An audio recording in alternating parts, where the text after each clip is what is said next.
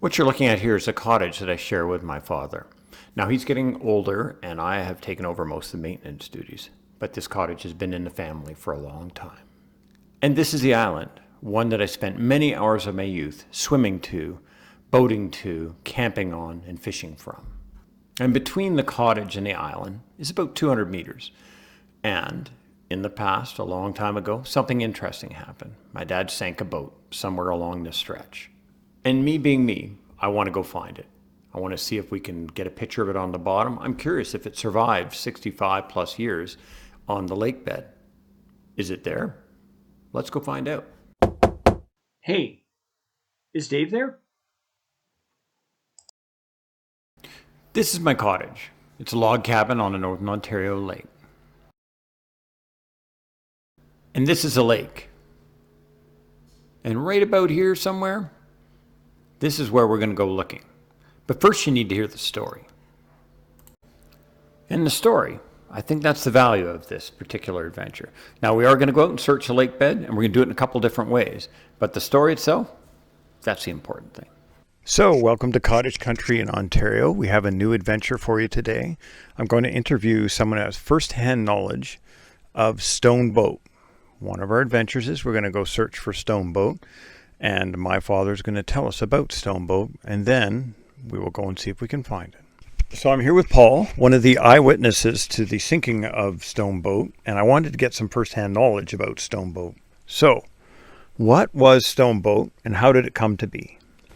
A Stone Boat was built by my father, and he was building it as a tender, somewhat like the boats that tender to a big boat from shore to land, or from land to boat. So it was a dinghy. A hand-built dinghy. And did it have any unique characteristics?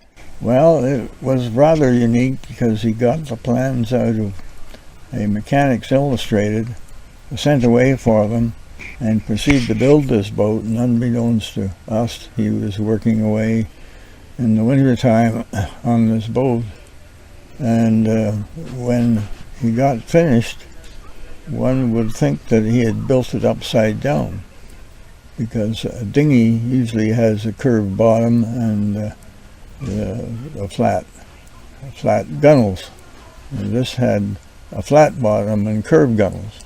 So we suspect it was built upside down. The bottom was put in the wrong spot. We think it is. Okay, but it's distinct in the sense that if we find it, we should see a curved gunnel. Yes.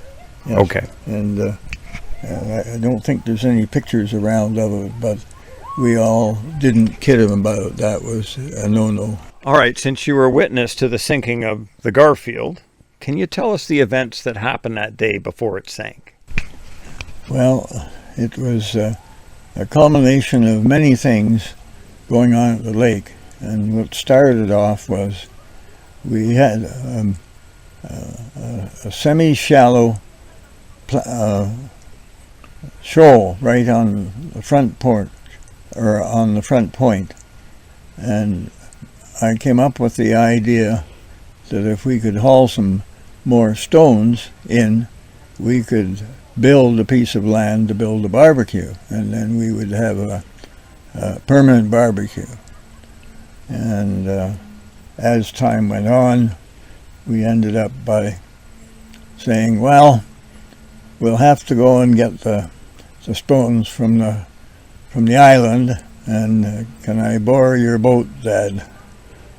And I had a motorboat at that time, a ski boat, so away I went off to the island to get a load of stones for increasing the size of this area that we talked about building the barbecue.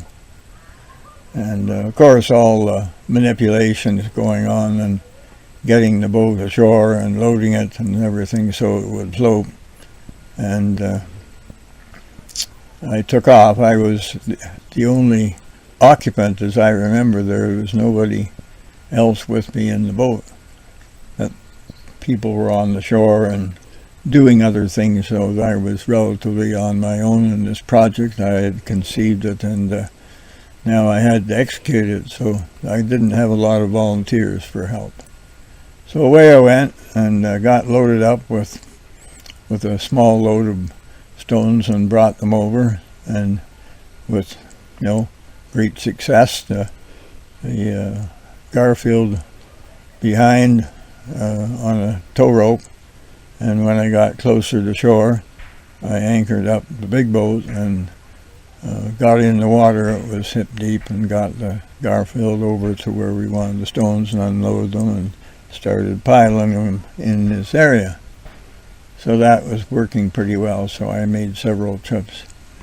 And I guess like everything else, you make a few trips and you think, well, I'll put a few more on. So I started to load up and had the thing loaded so that the gunnels, the curved gunnels, were just above the water line.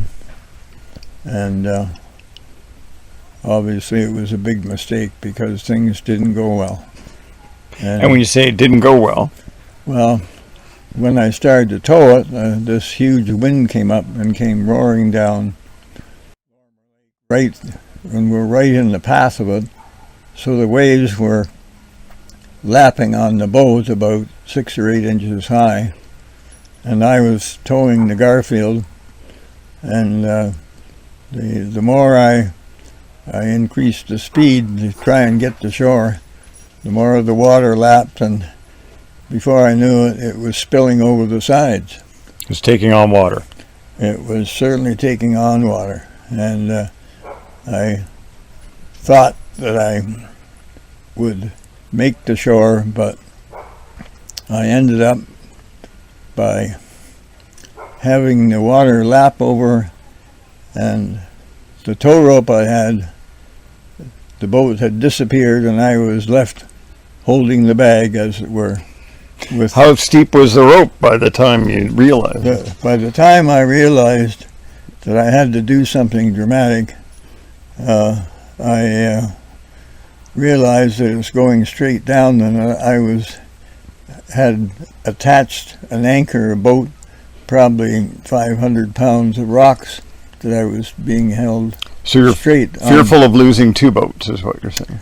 Well, the stern end of my boat was starting to go down, and the next thing was going to happen was the water was going to start coming in that boat.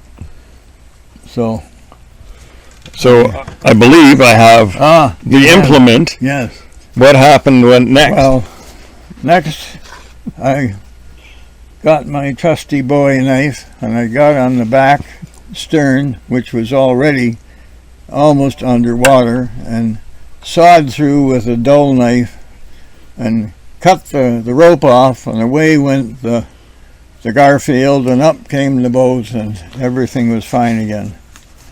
So the mystery of the Garfield, we don't know where it is, but it's somewhere halfway between where this oak tree is and the point on Little John Island. So therein is the story of the Garfield. Okay, so we know the events of the Garfield. It may have sunk vertically, which is interesting. Hard to know. Not likely. I suspect that it would have gone straight down with a flat bottom, flat on the bottom on the bottom. And how many years ago do we think this was, roughly? It was somewhere in the 60s. Yeah, 60-ish to 65 years. So we're not sure how long the Garfield will last underwater, but at the very least, we expect to find a pile of stones down there. I would think so. And what was Grandpa's response to this? My grandpa, which is... red with rage. He was a little angry about the loss of the Garfield? More than angry. Did he ask for you to go get it back? Well, of course. That was the first thing. Now we've got to get the boys together and go and get my boat back. And my mother, who didn't like the boat anyways, thought it was too dangerous. It was tippy. And she said, oh, don't bother, ignore that. He doesn't need it back, and it's too dangerous. So she talked them out of it. All right. So if we had to guess, because we're going to start by putting a GoPro camera down, we think it's about 20 to 30 feet there. You said between this oak tree here, yes, and the edge of the island. Yeah, the point would be the south point of the island. Island? That's where And then the rocks were. You think roughly tapped. halfway? I think so. Okay. I think I got halfway, and it might be closer to here than there. So what, err on this side? Yeah. Okay. Because Was there a point at which you looked back and watched it go under the waves and thought to yourself, uh-oh? it never left my mind to this day. You can see it to this day, can you? To this day, I can see the water lapping at it, and my face hanging out and aghast as the water increased, and gradually it settled down so that the rope was at an angle, and then finally the rope was straight down. Ooh. And then the big boat was in danger, so I had to save the big boat. So I had Of course. leaped to the deck and saw that rope off, or I would have lost both boats. One loss wasn't too bad, but two losses would have been terrible. Unless you're a grandpa. Yeah. So, there you have it. Stone Boat, the Garfield. We are going to go and see if we can find where its final resting place is. First, I think it's important to define our search area. And what you'll see here is, of course, the cottage and the island on Google Earth. And I'm going to put some features in. So here's the rock shoal that's just off the point. And then beside it, obviously, is the shore. Here's some contour lines. And there's a bit of a boulder field right here. Also, what's notable is this rock ledge that goes between the island and another piece of land. And that kind of closes off the basin. The prime search area, based on oral history, will be this prime section of water, about 100 meters by 60 meters, a box that I've outlined here between the island and the point. Now, I've done some quick calculations for you. The search area is around 6,000 square meters. And if we estimate that every station I take will be able to look 5 meters, kind of roughly 20 feet in any direction, we can say that roughly each search station is going to be about 80 square meters. That gives you about 75 stations to shoot the whole thing. So when I say stations, what I mean is I'm going to use a pole. I'm going to put a GoPro camera down near the bottom and rotate it and search in every direction. Then review the footage. I'm using right now is the canoe. It seems the most maneuverable and being able to fine tune my position. And as you can see, this is a big collapsible survey pole. So very flexible. That's a bit of a problem for it. I've got a safety line on it all the way down to the bottom bracket. And if we look at the bottom bracket, it holds both a light, an underwater light, and a GoPro unit. So I put them right on the bottom, and I do a 360 spin one way and a 360 spin the other way. And hopefully I'll see something. The plan is to use the canoe and the GoPro on the pole, anchor up and shoot stations, and then progress along from the point to the island, repeating the process in a different line to make sure I cover the entire search grid.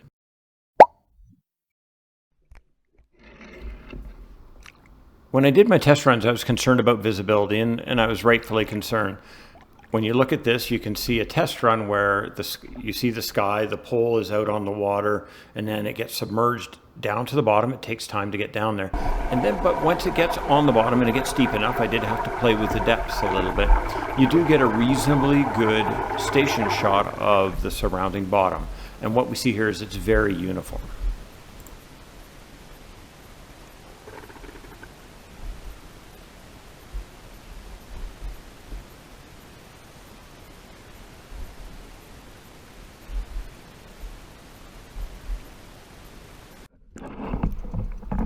After shooting several stations on the test run, I realized that it might not be very efficient. So I came up with the idea of using the small fishing boat and driving the line. And what we find here on the second sample set that I'm sharing with you is that the pole flexes so much it gets out of the core visibility zone, which is about 3 feet from the bottom, and you can see virtually nothing. So a little update on Stone Boat. We've tried a whole bunch of different ways of trying to shoot video on the bottom, and it seems like the good old original method of shooting a station is still the best. We tried trolling with the little boat, although I have the motor off it now. I'll show you that. If the rod itself is a survey rod, it goes 25 feet. We're dealing with about 21 feet of water, so it's flexing far too much, and if it bumps off the bottom, it kicks up a lot of silt. What we have seen is the bottom's very uniform. It's a clay bottom, very few rocks. So if we can find the Garfield or Stone boat, we should see a pile of rocks there and it should stand out.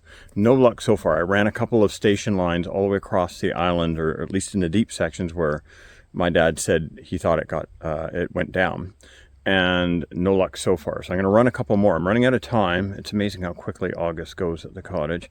You're doing projects, you're doing other things, and it gets away. But I'm going to run a couple lines blind. I'll run them across and back, and then I'll check them out when I get home and put together the video. I've also reached out to a friend on the lake that has a high-end sonar side scanner, and I believe that this will pick it off absolutely. He's not around right now, so a bit unlucky there, because I thought maybe we could, one, get a side scan on it and then shoot it with the GoPro. But I will be back to close up the cottage in October, so maybe the end of this video will be the side scan and using the old school techniques to try and get an image of this. We'll find out. So what happened? Did I find Stone boat after all? Well, you're going to have to watch more of the video to see that. But here's a representation of what I tried to do with the stations between the island and the cottage. Nothing is perfectly straight. You're fighting with the anchor drift, with a little bit of wind, with currents. So my best efforts to cover that area look something like this. And this is probably pretty generous. So there's always going to be the question mark of, did I miss it? So as you may have suspected, I didn't get a single image from all these stations, 50 plus, that I felt was a plausible representation of a sunken skiff. Nothing. There was another thing that really stood out for me. After shooting these 50 stations and reviewing all the video, the bottom is incredibly uniform. I expected to see rocks, maybe some old logs, other things, maybe an old anchor or an old anchor rope. There's nothing out there. And that led me to think about other technologies that might work really well in this situation.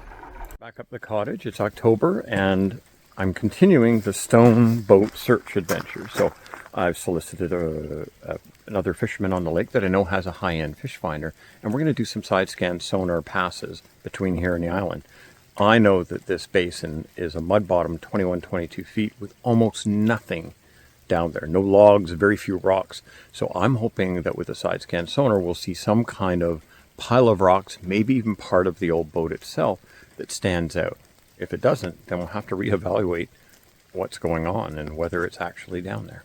All right, so here we are on Gary's boat. This is his sonar, which is amazing. And we can see there's a bit of a rocky stretch underneath us here. But what I expect is everything out here to be mud, which is kind of what we're seeing here. I think that's the point back there, that float rock. And there's like absolutely nothing in here, which is kind of what I saw. I was putting a GoPro down and looking around, and it's all mud. And you'll find that when there is something like a log or an individual rock, it stands out incredibly well. Yeah, that's my understanding too. Like, it gives really good detail. On this particular day, we were very specific about how we went about the scan. We went from the cottage to the island, and we stayed on very specific lines. We even played with the scale of the sonar to try and cover a broader area, and still nothing. And Gary came out on another day and scanned a different area for me. I think mostly out of his own curiosity, but it was very generous of him to do so, and still nothing, and that's represented by the red box here. If you're curious about how the sonar looks and how to interpret it, here's a quick lesson. First, you need to think of the sonar spreading a conical or almost a triangular beam down, and then it gets reinterpreted on a flat screen, and that's what makes it interesting. So you'll see here there's a depth indication of starts at 7 feet and moves to 13 feet, and then off to 20 feet. And you'll see some images that look like boulders. But how do you read the screen? So next we need to position the boat. And the boat is right on the center line. And you'll see that black line on either side of the center line, or that black band, and that represents the water. And it will go out and eventually hit a steady state of about 22 feet until we reach the other side by the island where it gets shallow again. Beyond the black band, everything that's there is representative of the lake bed. So it goes out another 50 feet or so, because this is a 75-foot scale. And what you'll see is initially there's some rocks, the water gets deeper, and then the lake bed becomes completely uniform. After all that searching and no discovery, we have to ask ourselves, what's next? Should we give up or should we keep looking? I went back and re-listened to what my father said, and there's a couple things that I think that are reasonably certain. One is that the stone boat went down and stayed down. We were having a debate about that, but I'm pretty sure it sank. The other thing that struck me is that perhaps the skiff traveled much farther than we thought. It had forward momentum when my father cut the line, and it probably kept going. So there's a distinct possibility that it ended up in the debris field and we just couldn't see it near the point where there's lots of boulders already. Or it traveled outside of our search area, perhaps here or even here. In my family, we've developed a metaphor that describes something that cannot be found. Think Oak Island. And we call these types of searches a squatch hunt.